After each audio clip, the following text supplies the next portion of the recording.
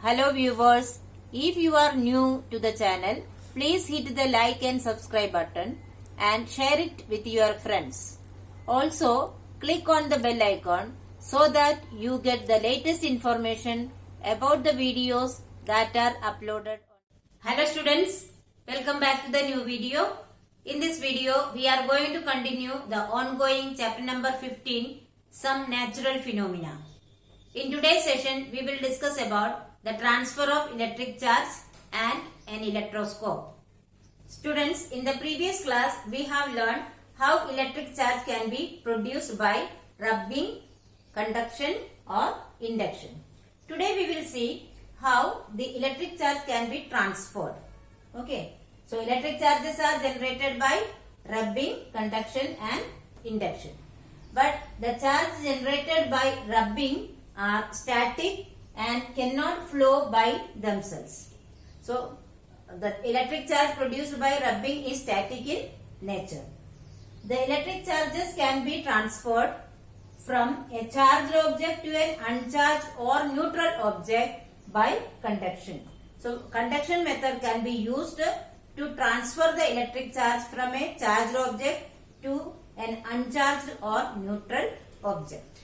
Next, the moving charges constitute electric current. You have learned about electric current and its many effects. Okay, so the moving charges constitute electric current. Next, the property of flow of electric charges through conduction is used to detect and measure the electric charges on an object using a device called electroscope. So, if we want to measure and also detect the presence of electric charge on an object, we can use a device that is known as electroscope. Okay, so what is electroscope? The instrument or the device used to detect and measure the electric charge on an object. The electroscope works on the principle that the like charges repel each other. So, what is the working principle of electroscope? It is that like charges repel each other. Now, we will study about an electroscope in detail. See, there are different types of electroscope, but the most commonly and preferred electroscope to find out or to detect the charges and measure the charges is a gold leaf electroscope. So, today we will study about a gold leaf electroscope. See, a gold leaf electroscope is the most preferred device to detect the electric charge. It was developed by British physicist Abraham Bennett in 1787. So, who discovered or who developed the gold leaf electroscope? Abraham Bennett. He was a British national or British scientist in the year 1787. Now, what does it gold leaf electroscope consists of? It consists of a metallic rod kept vertically and a metallic disc or sphere connected at one end. So, it mainly consists of a metallic rod which is kept vertically. At one end, there is a metallic sphere or a disc. Okay. And the two parallel thin and flexible strips of gold that are called as gold leaves are hung from the bottom end of the rod. So, on the top there is metallic sphere or metallic disc, and at the bottom end of this metallic strip there is two gold leaves or the two strips of gold are arranged parallelly. They are known as gold leaves. They are hung from the bottom end of the rod. Further, to avoid the effect of air, the gold leaves are enclosed in a glass bottle.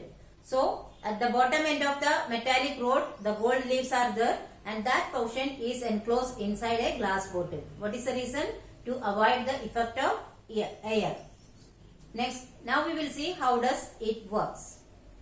When a charged object is brought closer to the metallic sphere, charges are induced into the metallic rod. So we have seen that on the top portion of the metallic rod there is a metallic sphere or a disc.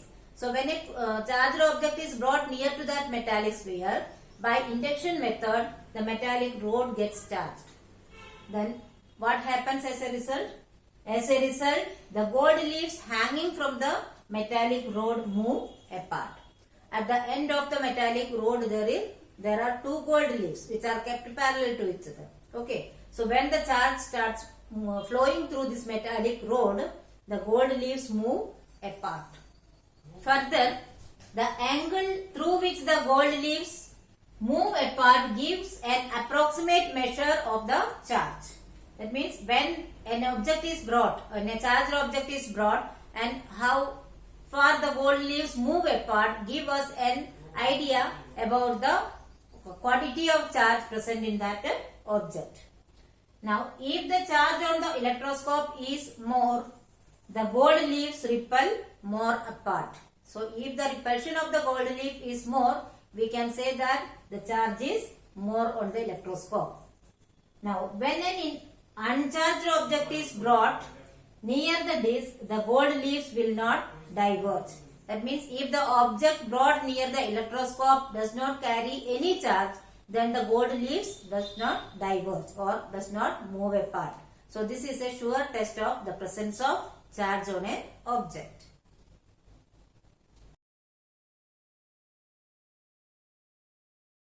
Now let us discuss an activity to learn how to use an electroscope. So what is the aim of the activity? To find out the nature of charge on an object using an electroscope. Aim is to find out the charge. Materials required: a gold leaf electroscope and a charged object. So these are the two materials we need for this activity. In the procedure, the first step is to charge the gold leaf electroscope. Let us say negative. So what is the first step? We have to charge the electroscope negatively. Now let us see the second step of procedure. Bring the charged object closer to the metallic sphere of the electroscope. So we have to bring the charged object closer to the metallic sphere but not to touch. Next, observe the leaves and check whether they repel or move closer to each other. See, look at the diagram. This is the normal position of gold leaves. See, the gold leaf we have taken and charged it with negative charge. So this is a negatively charged gold leaf electroscope. And in the second step, we are bringing an object A which is charged but we don't know what charge it is. Okay, so here you can see that the gold leaves are moving apart. So this is a charged object. Since the charge is flowing to the leaves, they are moving apart. Here we can see that when the object B is brought near to the metallic sphere, the leaves come closer to each other, indicating that an other charge, that is opposite charge, is getting transferred into the gold leaf.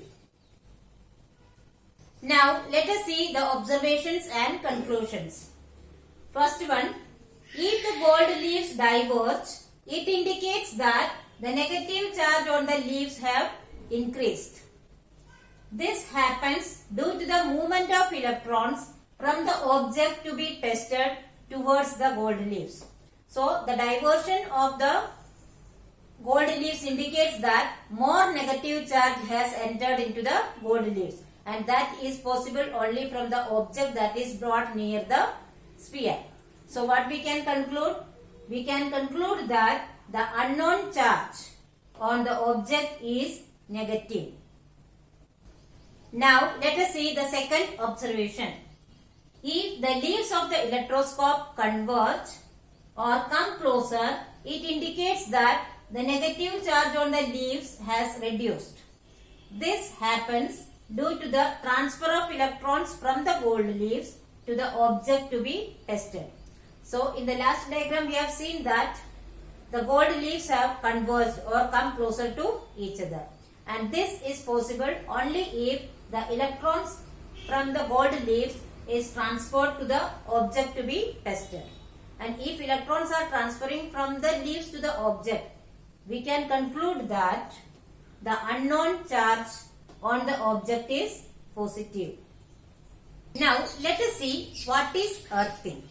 In the above activity, we have seen that when a charged object is brought, the gold leaves either repel each other or come closer to each other. Now instead of the charged object, if we touch the metallic sphere with our finger, with our hand, then what happens? It is found that if we touch the metallic sphere with our fingers, the gold leaves collapse. That means they lose the charge. Why it happens so? It happens so because the charge from the electroscope get discharged to the earth through our body. So this process is called earthing.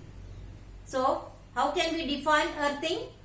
Earthing is the process of transferring of charge from a charged object to the earth. That is known as earthing. In our homes, the electrical appliances are connected to an earthing wire so that we do not get a shock.